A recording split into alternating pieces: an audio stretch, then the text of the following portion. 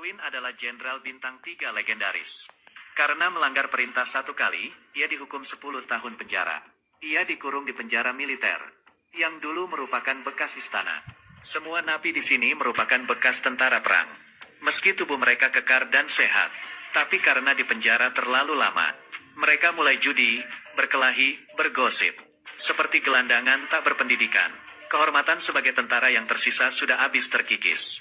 Malamnya, kepala penjara, Inter, menyambut Jenderal Irwin, idolanya.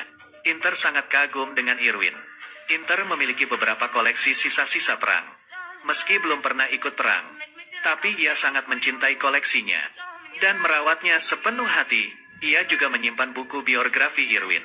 Saat pergi mengambil buku untuk ditandatangani, ia mendengar Irwin berkata pada wakilnya, Peretz, orang yang belum pernah ikut perang, baru akan mengoleksinya. Inter yang tak sengaja mendengarnya emosi. Ia melempar bukunya, tidak jadi minta tanda tangan Irwin. Esoknya, Inter sengaja memberikan 1 bola basket saja. Para napi berebut ingin main, lalu berkelahi. Mereka saling meninju. Baru di saat situasi tak terkendali, Inter baru membunyikan alarm. Semua napi langsung tiarap. Irwin juga bingung harus berbuat apa. Ia juga tiarap bersama mereka. Lalu, sipir di menara menembak 2 napi tadi dengan peluru karet. Ia lalu diseret ke sel isolasi. Rencana Inter berhasil. Ia sengaja membuat Irwin tiarap di bawah kakinya, supaya Irwin sadar bahwa dia yang berkuasa di sini. Saat makan siang, napi menghampiri Irwin dan melaporkan kejahatan Inter padanya. Para tahanan sering ditembak.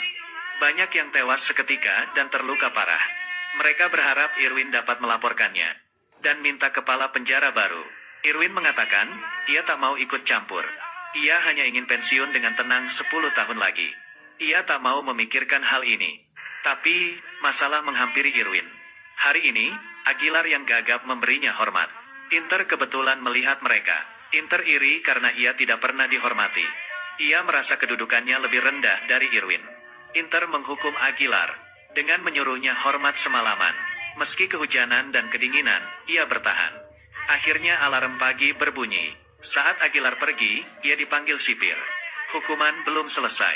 Irwin tak tahan melihatnya. Ia menyuruh Aguilar berhenti hormat. Tapi, sipir melarangnya. Irwin menahan sipir yang mau memukul Aguilar. Tindakan Irwin dilihat napi yang lain. Sipir memukul Irwin dengan tongkat dan membuatnya tiarap. Inter lalu datang dan berkata, karena Irwin telah menyentuh sipir, maka ia dihukum memindahkan bebatuan di tengah cuaca terik dari ujung ke ujung. Inter menggunakan cara ini untuk mempermalukan Irwin, tapi ia tidak mengira Irwin berhasil memindahkan semua batu. Para napi bersorak kegirangan. Inter masih belum puas. Bila alarm belum bunyi, Irwin belum boleh berhenti. Meski teman-temannya merasa itu tak adil, tapi juga tidak bisa apa-apa. Mulai saat itu, para napi sangat menghormati Irwin. Hari ini mereka ke lapangan, dan Irwin memerintahkan mereka merubuhkan dinding. Ia menyuruh Aguilar untuk membangunnya dengan benar kali ini. Bakat Aguilar diturunkan dari ayahnya. Napi yang dulu memusuhi Aguilar menyuruhnya mengukir nama di batu. Inter merasa terancam karena napi makin kompak. Ia memanggil bulldozer untuk menghancurkan tembok itu. Tapi, Aguilar menghalanginya. Aguilar tak bergeming.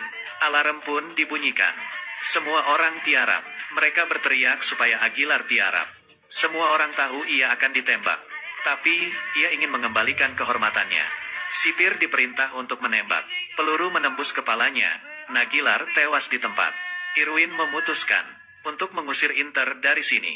Ia sengaja menyuruh napi membuat kerusuhan saat makan siang. Setelah sipir pergi, ia menceritakan rencananya. Yates pura-pura berkhianat dan menceritakan rencana Irwin ke Inter. Temannya memancing Peretz keluar, sementara Yates masuk ke ruangan Inter. Yates mencuri bendera sementara sipir sibuk. Esoknya, Inter menemui Yates lagi. Ia ingin mendengar lebih lanjut, tapi benderanya sudah raib. Inter panik dan memerintahkan penggeledahan di setiap sel. Para napi dikeluarkan, dan sipir melempar barang mereka keluar. Inter tak mengira, ia memakan umpan Irwin. Peretz melapor pada Inter. Banyak ditemukan senjata tajam di sel. Sekarang napi tidak punya apa-apa untuk melawan. Inter melihat napi berkumpul di lapangan. Ia baru sadar sudah terjebak. Inter menyuruh sipirnya untuk segera berpencar, tapi sudah terlambat. Irwin memberi aba-aba, dan napi mulai bergerak. Mereka membuat kelompok kecil, dan meringkus sipir yang tinggal sedikit. Lalu, mereka merantai pintu lapangan, supaya sipir di sel tidak bisa keluar. Sambil melindungi Irwin, mereka sembunyi di balik batu. Ternyata, senjata yang sebenarnya disembunyikan di balik batu. Mereka membuat bom meriam dan melontarkannya ke menara. Lalu menggotong alat lontar batu ke tengah lapangan. Tim Kalin masuk ke dapur dan mengambil nampan sebagai perisai untuk melindungi pelempar batu. Inter mengutus pasukan khusus untuk melumpuhkan mereka. Irwin memberi aba-aba untuk melempar batu besar ke dalam kantor Inter. Seluruh koleksi Inter hancur. Dihantam batu bertuliskan nama Aguilar. Lalu, bom meriam masuk dan membakar semuanya. Pasukan khusus menyalakan meriam air. Para napi kewalahan. Boro-boro melawan. Bahkan dinding batunya juga rubuh. Untungnya, Irwin sudah menyuruh seseorang untuk mematikan keran. Meriam air mendadak mati. Napi langsung menyerbu dan menduduki meriam itu. Inter mendapat telepon atasannya, yang bertanya tentang situasi di sana. Ternyata, Irwin sudah menelepon atasannya dulu, dan memberitahunya tentang kekacauan di sana. Demi mempertahankan posisinya, Inter memanggil bantuan, yaitu helikopter dan penembak jitu. Irwin tahu Inter akan melakukan ini.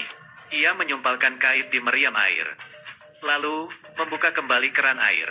Tekanan air yang tinggi menerbangkan kait, dan tersangkut di kaki helikopter. Yates yang dulunya pilot memanjat ke atas.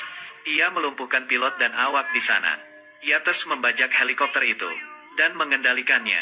Petugas khusus telah mengganti pelurunya dengan yang asli.